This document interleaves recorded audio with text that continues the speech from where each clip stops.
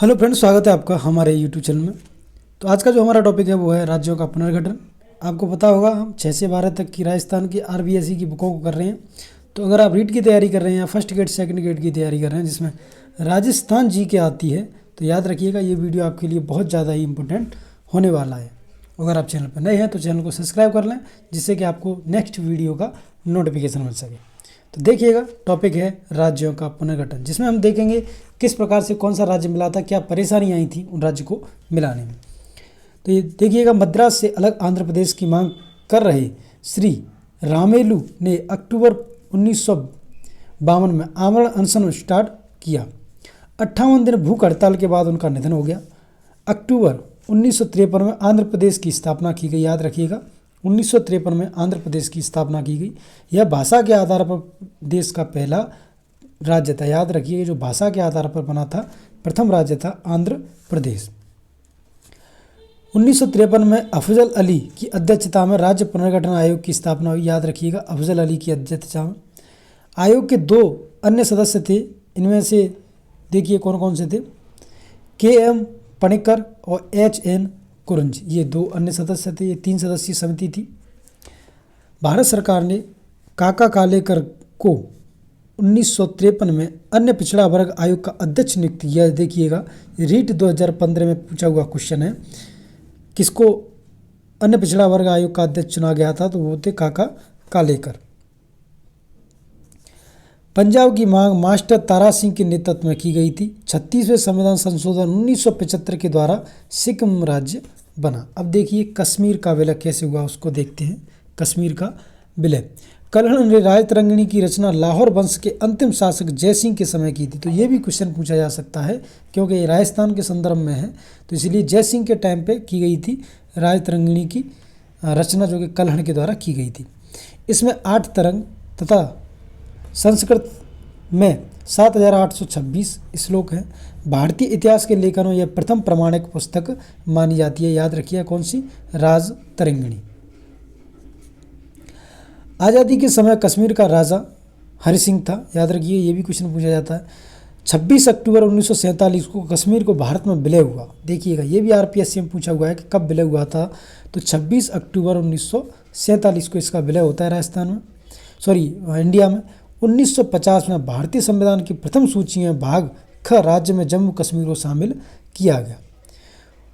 1951 में जम्मू कश्मीर विधानसभा के चुनाव हुए और 75 सदस्यीय संविधान सभा ने 6 फरवरी 1954 को जम्मू कश्मीर के भारत पर विलय की पुष्टि की। याद रखिएगा इसको भी।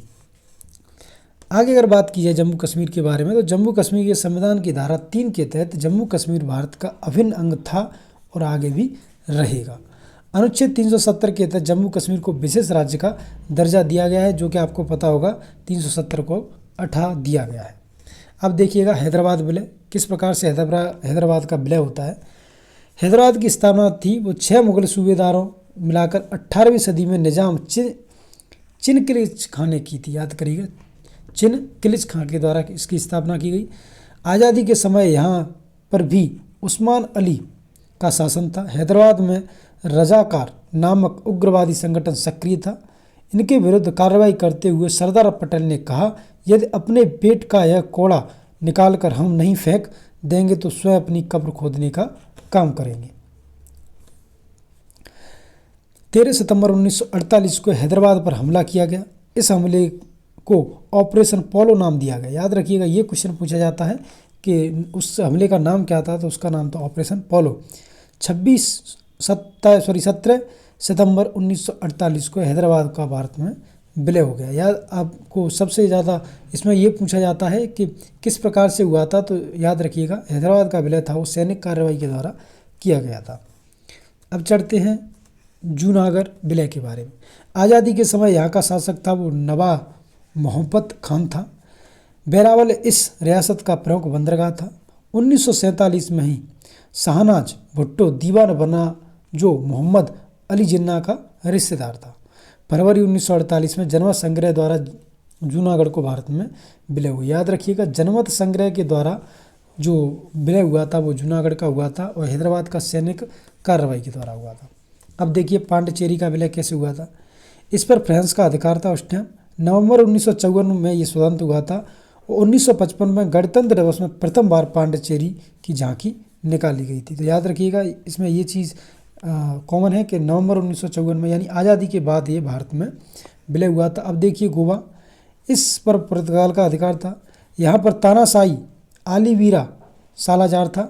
1961 में भारतीय सेना को गोवा मुक्त हेतु भेजा गया, जिसे ऑपरेशन विजय के नाम से याद रखिएगा। ऑपरेशन विजय था, वो गोवा के बारे में था। तो सबसे लास्ट में जो विलय होता है वो हमारे गोवा का होता है भारत में। तो यहाँ पे जो हमारा टॉपिक था राज्यों का पुनर्गठन वो समाप्त होता है। बस छोटा सा ही टॉपिक था। तो अगर वीडियो अच्छा लगा हो तो लाइक कर देना और चैनल को सब्सक्राइब जरूर कर लेना इस प्रकार के वीडियो देखने के लिए। अगर आप इन नोट्सों को प्राप्त करना चाहते हैं तो हमें कमेंट कर सकते हैं। तो मिलते हैं आपको नेक्स्ट वीडियो में, तब तक के लिए जय हिंद, जय भारत।